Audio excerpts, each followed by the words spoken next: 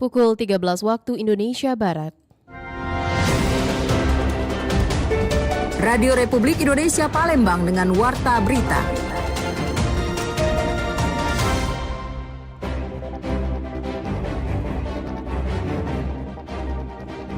Untuk kasus TBC saat ini di Kota Palembang ada sekitar 7.000-an penderita dan itu semua sudah makan obat semua. Tapi yang program yang sekarang kita harus melakukan tracing. Tracing itu adalah untuk seluruh kontak erat dari penderita TB itu. Dan ini juga sebagai salah satu wujud dari program Palembang Sehat dan juga Palembang Peduli. Hari ini sudah terwujud dan antusias masyarakat dan warganya cukup banyak, apalagi ini sebagai salah satu memaknai peringatan.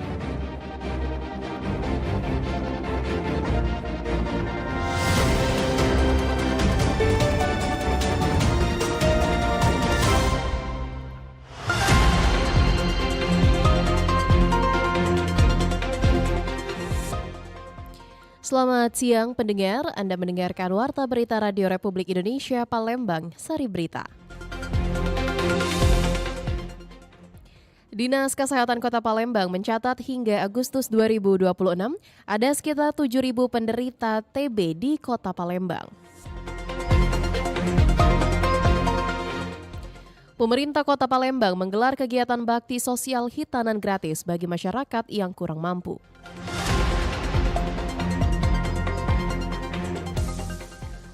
Pendengar, inilah Warta Berita selengkapnya, edisi Kamis 27 Agustus 2026, bersama saya, Alvina Damayanti.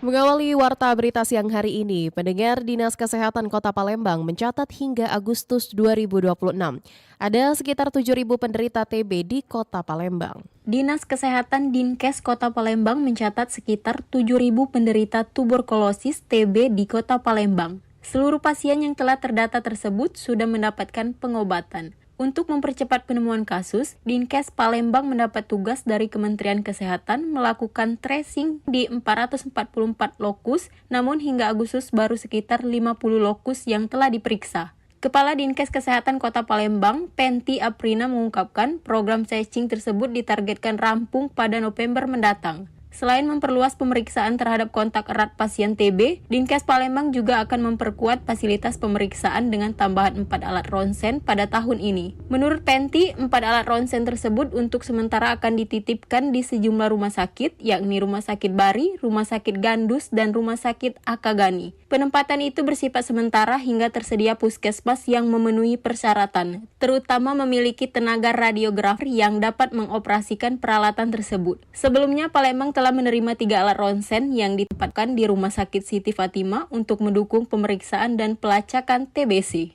Untuk kasus TBC saat ini di Kota Palembang ada sekitar 7.000-an penderita dan itu semua sudah makan obat semua. Tapi yang program yang sekarang kita harus melakukan tracing.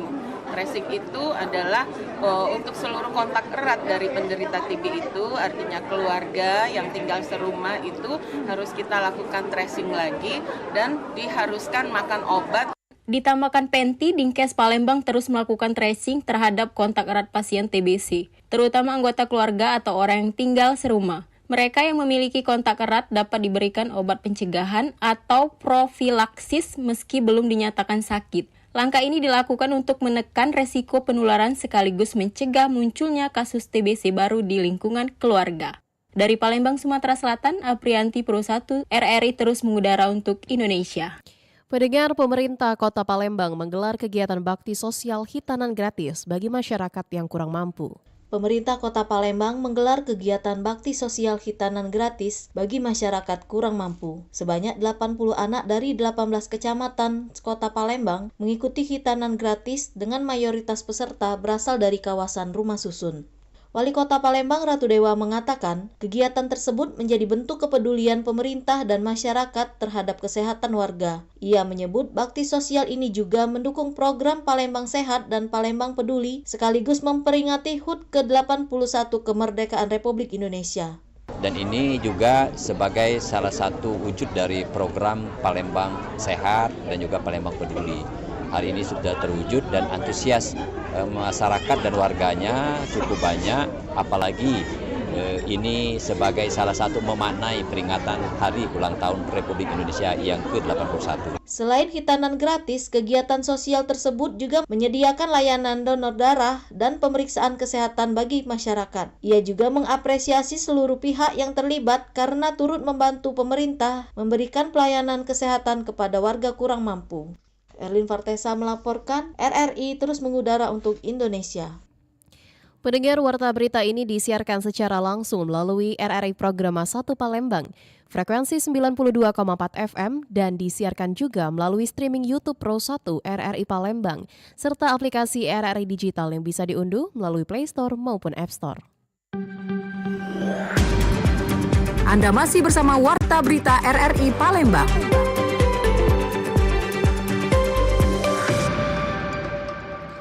Beralih ke informasi selanjutnya, kualitas udara Palembang yang tidak sehat memicu peningkatan kasus ISPA. Kondisi ini pendengar dipengaruhi musim kemarau dan meningkatnya kebakaran hutan serta lahan. Kualitas udara Kota Palembang memburuk dengan nilai ISPU berada di sekitar 100 atau masuk kategori tidak sehat.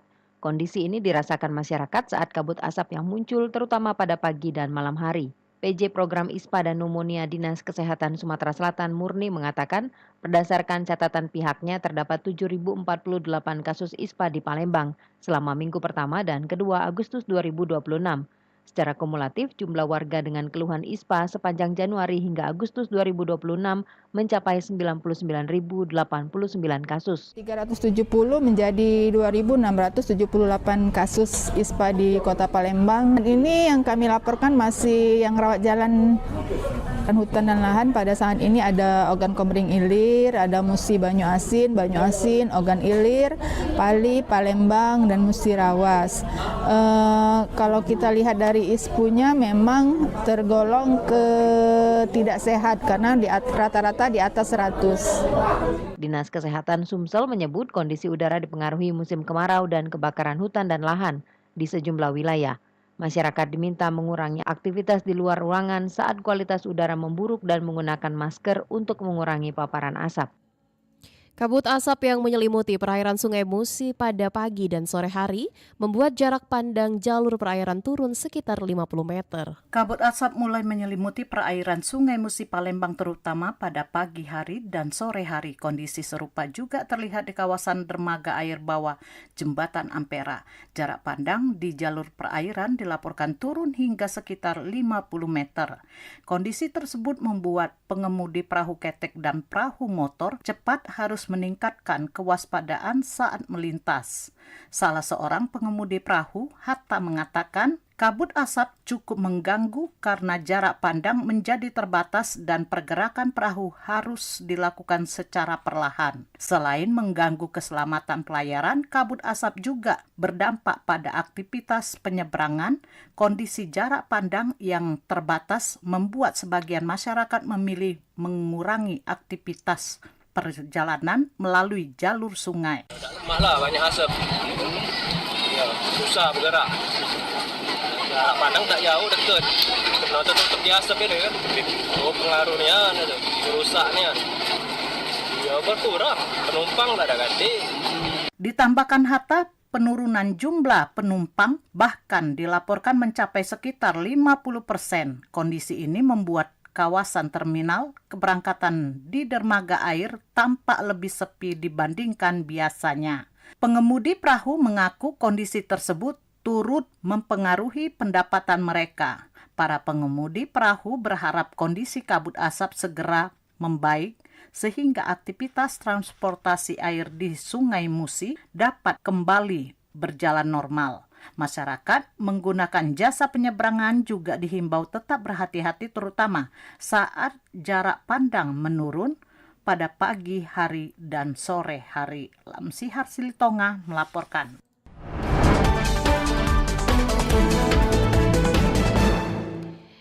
Pendengar, kita beralih ke berita daerah. Banyuasin terima bantuan penanggulangan karhutla. Bantuan berasal dari Pengurus Nasional Karang Taruna melalui Karang Taruna Provinsi Sumatera Selatan. Jadi alhamdulillah kita di Kabupaten Banyuasin mendapatkan bantuan dari Ketua Umum Nasional Karang Taruna, Pak Budi.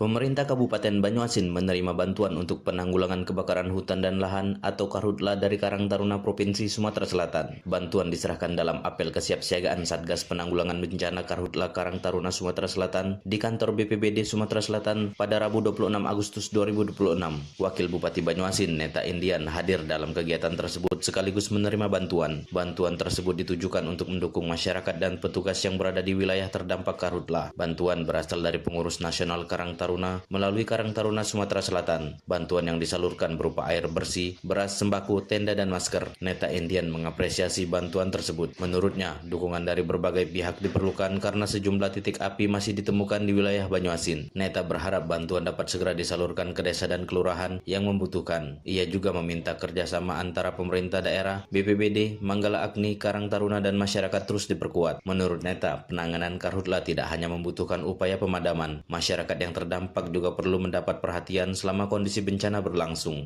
Dan juga kami ucapkan terima kasih juga kepada Ketua Karang Sumatera Selatan, Pak Yuda Novanza Utama. Ini merupakan langkah kerja nyata sehingga bantuan ini dapat langsung diserahkan kepada masyarakat di seluruh desa dan kelurahan yang terdampak bencana karhutla. Mengingat sekarang di daerah Kabupaten Banyuasin sangat banyak sekali adanya titik-titik api kebakaran, ini sangat membantu sekali. Saya pribadi dari pemerintahan Kabupaten Banyuasin juga sebagai pengurus Karang Taruna di Provinsi Sumatera Selatan, kami ucapkan terima kasih. Dan kedepannya nanti sinergi ini terus kita bangun, kita terus kerjasama untuk masyarakat di seluruh daerah di Kabupaten Banyuasin. Sementara itu, Ketua Karang Taruna Sumatera Selatan Yudano Panza Utama mengatakan bantuan tersebut merupakan bentuk kepedulian terhadap masyarakat yang terdampak bencana. Karang Taruna Sumatera Selatan juga akan berkoordinasi dengan BPBD dan Manggala Agni untuk mendukung penanganan karhutla. Dukungan berupa pompa air dan selang juga akan diupayakan. Pemerintah Kabupaten Banyuasin berharap bantuan tersebut dapat meringankan kebutuhan masyarakat sekaligus membantu petugas di lapangan. Kolaborasi berbagai pihak diharapkan dapat mempercepat penanganan kebakaran dan mencegah api meluas ke wilayah lainnya. Dari Palembang, Muhammad Maulana, Pro 1 RRI terus mengudara untuk Indonesia.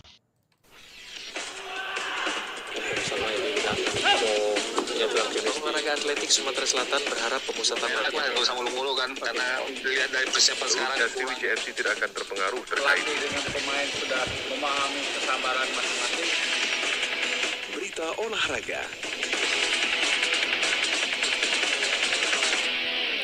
Beralih ke berita olahraga, Sriwijaya FC kembali membuka seleksi berjalan untuk menjaring pemain yang akan memperkuat skuad di Liga Nusantara 2026-2027. Perombakan skuad Sriwijaya FC demi tahta Liga Nusantara, Sriwijaya FC mengambil langkah tegas dalam merancang kedalaman tim menjelang bergulirnya Liga Nusantara 2026-2027. Demi membangun komposisi tim yang solid dan berdaya saing tinggi, manajemen dan jajaran pelatih resmi memberlakukan sistem seleksi berjalan bagi para pemain baru maupun pemain yang sudah ada. Langkah ini diambil karena tim pelatih menilai skuad saat ini belum sepenuhnya memenuhi standar kualifikasi yang dibutuhkan. Meskipun beberapa nama telah masuk dalam daftar incaran dan berhasil dikantongi, pencarian figur pemain yang tepat di setiap posisi masih terus dilakukan secara intensif. Pelatih Sriwijaya FC Octavianus mengatakan, untuk menyaring talenta terbaik secara adil dan transparan, pelatih menerapkan skema promosi dan degradasi. Sistem gugur ini diproyeksikan berlangsung hingga akhir bulan, di mana performa setiap individu akan dinilai secara objektif berdasarkan standar performa yang telah ditetapkan. Prosesi evaluasi tidak hanya dilakukan melalui porsi latihan rutin, tetapi juga diuji secara langsung lewat serangkaian laga uji coba. Melalui pertandingan simulasi ini, tim pelatih dapat menilai kedisiplinan taktik, fisik, serta mental bertanding para pemain saat menghadapi tekanan di lapangan. Sistemnya promosi degradasinya masih berlaku. Akhir bulan finalisasi dari semua pemain yang ada di tim sekarang. Keputusan akhir mengenai komposisi resmi skuad Sriwijaya FC akan difinalisasi pada akhir bulan ini. Diharapkan lewat seleksi ketat ini, Laskar Wong Kito mampu membentuk kerangka tim yang tangguh dan siap bertarung memperebutkan gelar juara. Pilih Makomi melaporkan RRI terus mengudara untuk Indonesia.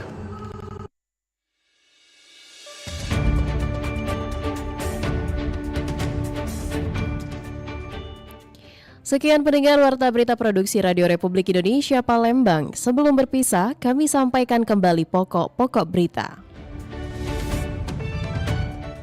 Dinas Kesehatan Kota Palembang mencatat hingga Agustus 2026 ada sekitar 7.000 penderita tuberkulosis di Kota Palembang.